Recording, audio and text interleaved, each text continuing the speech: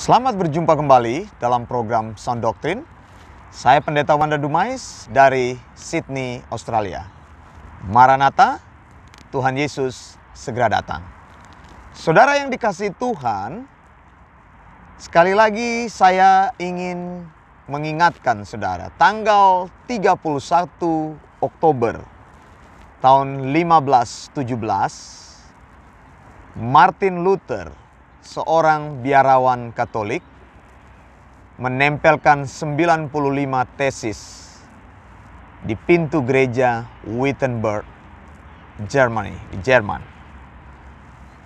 Nah, beberapa persoalan utama yang diangkat oleh Martin Luther dalam tesis tersebut adalah: pertama, Martin Luther menantang kekuasaan absolut papal, kekuasaan absolut paus, bahwa gereja waktu itu berkata bahwa paus itu adalah infallible, tidak pernah salah. Otoritas otoritas paus itu di atas segalanya.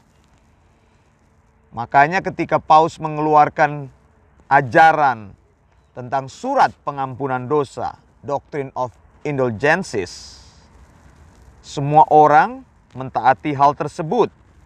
Luther mengkoreksi bahwa ajaran tersebut salah dan paus bisa salah. Gereja harus kembali mengatakan bahwa Kristus itulah satu-satunya otoritas di dalam gereja. Pemimpin gereja dan Kristus tidak pernah salah. Solus Christus. Lalu yang kedua, Martin Luther mengatakan sola fide. Keselamatan hanya terjadi oleh iman saja. Ya, by faith alone. Keselamatan tidak ada hubungan dengan melakukan pekerjaan baik, bersedekah, menyakiti diri atau melalui sakramen-sakramen gereja. Bahkan doktrin utama yang berkata sola gratia, hanya oleh anugerah saja, by grace alone. Orang bisa diselamatkan oleh anugerah Allah. Bukan karena orang bertindak meresponi anugerah Allah, tapi Allah sendiri yang melahirbarukan manusia. Lalu yang ketiga, Martin Luther mengatakan semua doktrin, semua dogma gereja yang tidak mempunyai dasar kitab suci harus dibuang, jangan dipakai.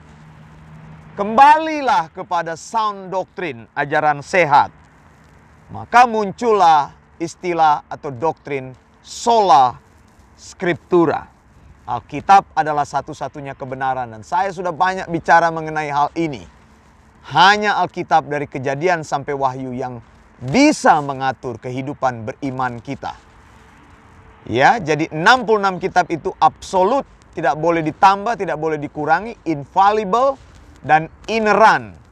Kitab-kitab itu final, perkataan Allah theopneustos yang seharusnya kita dengarkan. Maka saudara, abad ke-16 ketika gerakan reformasi lahir dan satu abad kemudian terjadilah skism. Apa itu skism? Perpecahan atau gerakan baru di dalam gereja. Apa yang mempengaruhi sebuah skism? Perpecahan gereja. Sebuah ajaran dihasilkan dari sebuah tafsiran. Apakah perpecahan gereja itu dari setan? Banyak orang yang bilangkan seperti itu. Kalau bisa jangan ajarkan doktrin, karena doktrin memisahkan. Ajarkan kasih. Kasih justru kompromi, saya bilang. Begitu. Jadi tidak boleh dipertentangkan antara kasih dan pengajaran. Kalau saya mengasihi engkau, maka saya akan memberitahu kepadamu ajaran yang benar dan mengatakan kepadamu, mengekspos ajaran yang salah. Itulah kasih. Kalau saya mengasihi engkau, mengasihi Anda, saya tidak memberitahu yang benar, maka itu adalah kasih yang pura-pura. Begitu. Ada orang yang katakan, pendeta yang populer katakan, di sosial media saya dengar, katanya begini, salah satu yang setan pakai untuk menciptakan perbedaan, perpecahan bahkan kesesatan di dalam gereja adalah penafsiran. Saya tidak setuju omongan ini omongan ngawur ini. Omongan orang kompromi. Siapa yang bilang menafsir Alkitab itu dari setan? Kita dianjurkan untuk menafsir Alkitab. Kalau Anda katakan penafsiran itu dari setan, lalu Anda pakai metode apa untuk memahami Alkitab? Anda itu Tuhan. Anda tidak menafsir Alkitab. Alkitab harus ditafsir. Kita bukan Tuhan, bukan pemilik kebenaran. Kita tidak mengetahui kebenaran itu. Karena kita adalah manusia, maka kita harus menggunakan ilmu hermeneutics. Menggunakan eksegesis yang tepat untuk mengeluarkan ajaran sehat atau sound doctrine. Karena penafsiran yang tepat akan menghasilkan ajaran sehat. Didaskalia hygienose, sound doctrine. Nah, sound doctrine akan menghasilkan praktek beriman yang sehat. Memang penafsiran Alkitab akan menimbulkan perbedaan pengajaran di gereja. Saya setuju. Nah, kalau tidak berbeda bagaimana? Apakah engkau mau sama-sama saja? Pendeta yang kompromi itu seperti itu. Karena apa? Karena dia berkhotbah dibayar. Kalau mau mengundang dia itu tarifnya besar sekali. Harus diberikan tarif. Kalau dia ngomong menyinggung, mana ada orang yang mau mengundang dia. Engkau tidak perlu undang Pendeta Wanda Dumais. Saya hanya berbicara sound doctrine. Karena saya mengajarkan sound doctrine. Didaskalia hygienose. Dan saya mempraktekkan sound doctrine. Kalau engkau ingin belajar sound doctrine, khotbah-khotbah saya mengajarkan hal itu. Pengajaran kami, sekolah kami. Tidak ada kata kompromi. Orang-orang dulu dalam sejarah mereka sudah mengajarkan hal-hal non-kompromis. Salah satunya adalah Matthew Henry. Saya senang dengan Matthew Henry. Orang dari England. Dia menulis komentari-komentari yang luar biasa. Nah, saudara yang dikasih Tuhan, jadi memang penafsiran Alkitab bisa menimbulkan perpecahan gereja.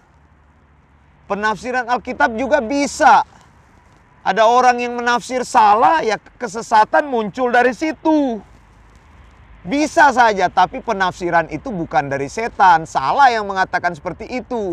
Kalau Anda tidak menafsir Alkitab, Anda tidak pernah tahu Alkitab itu seperti apa kebenarannya. Makanya hidupmu kerdil. Makanya cara berimanmu itu mandek. Engkau sudah 20 tahun di dalam gereja, dengar pendeta khotbah yang sama, cuma itu saja. Mungkin cuma melawak di mimbarnya. 1 jam berkhotbah tidak ada prinsip yang keluar. Jangan salah. Mungkin dia pasang gelar namanya pastor, pester, pandito. Atau namanya di belakangnya ada STH-nya, ada MTH, bahkan ada doktornya. Saya tidak peduli dengan gelar-gelarmu. Saya juga punya gelar. Tidak perlu saya mau pasang-pasang gelar tersebut. Yang utama adalah pengajaranmu. Bukan pasang namamu, pasang MTH, pasang doktor, pasang STH, pasang pastor. Saya tidak pernah menulis nama saya pastor. Cukup panggil saya Pendeta Wanda atau panggil saja nama saya Wanda Dumais. Ajaran yang perlu, saudara. Ajaran apa yang keluar dari mulutmu itu yang akan diikuti orang. Penafsiranmu harus benar. Karena akan menghasilkan praktek beriman yang benar. Jadi saudara, kalau ada pendeta yang bilang penafsiran dari setan, terus ilmu penafsiranmu itu apa? Engkau ada metodenya atau enggak? Atau hanya metode yang engkau bilang dari Roh Kudus, engkau diam, tiba-tiba nanti ada ilham roh. Saya paling tidak suka lihat pendeta seperti itu. Di mimbar dia bilang, buka-buka ayat, saudara hari ini saya tidak tahu mau ngomong apa. Loh, sudah mau bicara ke jemaat kok tidak tahu mau ngomong apa? Roh Kudus tidak berbicara. Mana mungkin Roh Kudus tidak berbicara? Engkau yang pemalas. Atau engkau tidak tahu. Begitu, karena banyak sekarang orang pakai gelarnya itu cuma dapat dari mana, nggak tahu belajar Alkitabnya di mana. Akibatnya pengajarannya itu pengajaran yang miring. Tidak sound doctrine. Periksa, saudara. Jadi setiap orang harus menggunakan metode penafsiran yang baik. Kalau engkau ada metode penafsiran yang baik, maka sound doktrin akan engkau hasilkan. Maka penafsiranmu itu akan menghasilkan ajaran yang tidak kompromi. Apakah gereja tidak boleh berbeda? Gereja justru harus berbeda satu sama lain. Karena di dalamnya ada penafsiran-penafsiran yang diterapkan oleh pendeta setempat. Begitu. Nah sekarang tinggal kita menguji penafsiran mana yang lebih alkitabiah. Kalau saya, tentu saya akan mencari penafsiran yang lebih dekat kepada Alkitab. Ngapain cari gereja penafsirannya yang jauh sekali dari Alkitab, yang bahkan tidak ada nilai alkitabiahnya sama sekali. Begitu. Contoh saya beritahu, ada gereja yang di dalam tata gerejanya menuliskan bahwa pernikahan campur itu boleh. Jadi engkau orang percaya boleh menikah dengan orang tidak percaya. Ada, saudara. Saya ini belajar dalam drafting law itu. Jadi kalau engkau mau bicara drafting law, church drafting law, saya ahli di bidang itu. Saya sudah lihat mengenai drafting daripada tata gereja itu. Ada yang menuliskan bahwa gerejanya bisa memberkati pernikahan campur. Itu kenapa? Karena dihasilkan dari tafsiran yang kompromi. Akibatnya diberkati orang biar imannya berbeda. Ya memang tata gerejanya bicara begitu. Begitu saudara. Jadi jangan kompromi. Tidak ada yang universal saudara. Tidak ada Kristen universal. Kalau Anda seorang pendeta lalu Anda katakan saya tidak konsentrasi di doktrin, saya tidak konsentrasi di pengajaran, itu Anda salah. Lalu konsentrasi Anda apa? Mencari uang. Hanya mengajarkan Injil yang tipu-tipu, hanya mengajarkan Injil yang kompromi, menyenangkan orang lain. Ya bagaimana seperti itu? Jemaat tidak pernah bertumbuh, saudara. Saya sudah bilang, banyak pendeta cuma menjadi komedian, begitu. Jadi aja komikus. Di depan mimbar cuma ketawa aja, cuma melawak aja, tidak ada firman yang keluar. Bagaimana mungkin Anda berada di gereja situ? Saya bilang, keluar dari situ, jangan bertahan di situ. Pendeta ini pelawak, tidak tahu mau ngomong apa saudara. Jadi perbedaan penafsiran itu biasa. Mengatakan sesat kepada orang lain juga itu biasa, zaman dulu sudah terjadi. Asalkan perbedaan pengajaran tidak menimbulkan kekerasan. Zaman dulu karena gereja itu bersatu dengan negara. Jadi kekuasaan negara bisa menekan gereja. Mereka yang berbeda penafsiran maka akan ditekan, saudara. Lalu hamba Tuhan ini juga bicara begini, ketika fokus kita pada penafsiran, yang ada adalah perpecahan. Ketika fokus kita pada penafsiran, maka masing-masing kita merasa penafsiran kita yang lebih baik. Tapi kalau kita fokus pada kebenaran, kita tetap berjalan pada ketatan dan kehendak Tuhan. Jawaban saya, konsekuensi penafsiran itu memang membawa perbedaan. Di dunia ini ada macam-macam aliran gereja dan denominasi. Kita tinggal memilih, pilih aja yang mana. Yang tafsirannya sesuai dengan Alkitab, cari yang mendekati Alkitab. Penafsiran mana yang lebih alkitabiah, konsekuensinya seperti itu. Jadi tentu saya pendeta Wanda Dumais akan mengatakan penafsiran saya lebih alkitabiah dan lebih baik. Kalau Anda ada penafsiran yang lebih baik dari saya, tunjukkan kepada itu. Saya akan pelajari, kalau memang itu lebih baik, lebih alkitabiah, saya akan ikut Anda. Kan begitu aja gampang gitu. Jadi seperti itu, saudara. Begitu. Setiap orang tentu akan mengatakan penafsirannya lebih baik. Sekarang diuji saja. Diuji kebenaranmu. Alkitab adalah jawabannya. Begitu. Kalau engkau tidak merasa bahwa penafsiranmu yang terbaik, maka engkau sebenarnya tidak paham ajaran yang engkau percayai. Sekali lagi saya katakan, doktrin itu yang utama. Dari doktrin akan menghasilkan praktek yang alkitabiah. Begitu. Jadi semua ajaran itu harus diuji. Lalu fokus pada kebenaran. Artinya apa? Kalau engkau tidak peduli pada penafsiran Alkitab, bagaimana mungkin engkau akan fokus pada kebenaran? Kita memahami kebenaran yang sudah ditafsir. Dan kebenaran itulah yang kita mengerti. Kecuali kita adalah Tuhan. Kita tidak perlu menafsir karena kita maha tahu.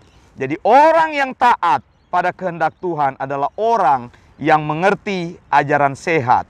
Tentu setelah dia memahami lewat penafsiran. Di sekolah kami, Eleos Theological School, kami mengajarkan menafsir dengan baik, menggunakan ilmu hermeneutik dan eksegesis yang baik, bukan exegese. Itu, dan juga semua mahasiswa kami wajib mengetahui bahasa Yunani dan bahasa Ibrani. Jadi diajarkan bahasa Yunani dan bahasa Ibrani. Jadi tahu membaca Alkitab di dalam bahasa asli supaya tahu apa maksud Allah, apa yang Allah sesungguhnya katakan di dalam firman-Nya tanpa terkontaminasi dengan terjemahan-terjemahan. Saya Pendeta Wanda Dumais dari Sydney, Australia. Maranatha, Tuhan Yesus segera datang. Bless you.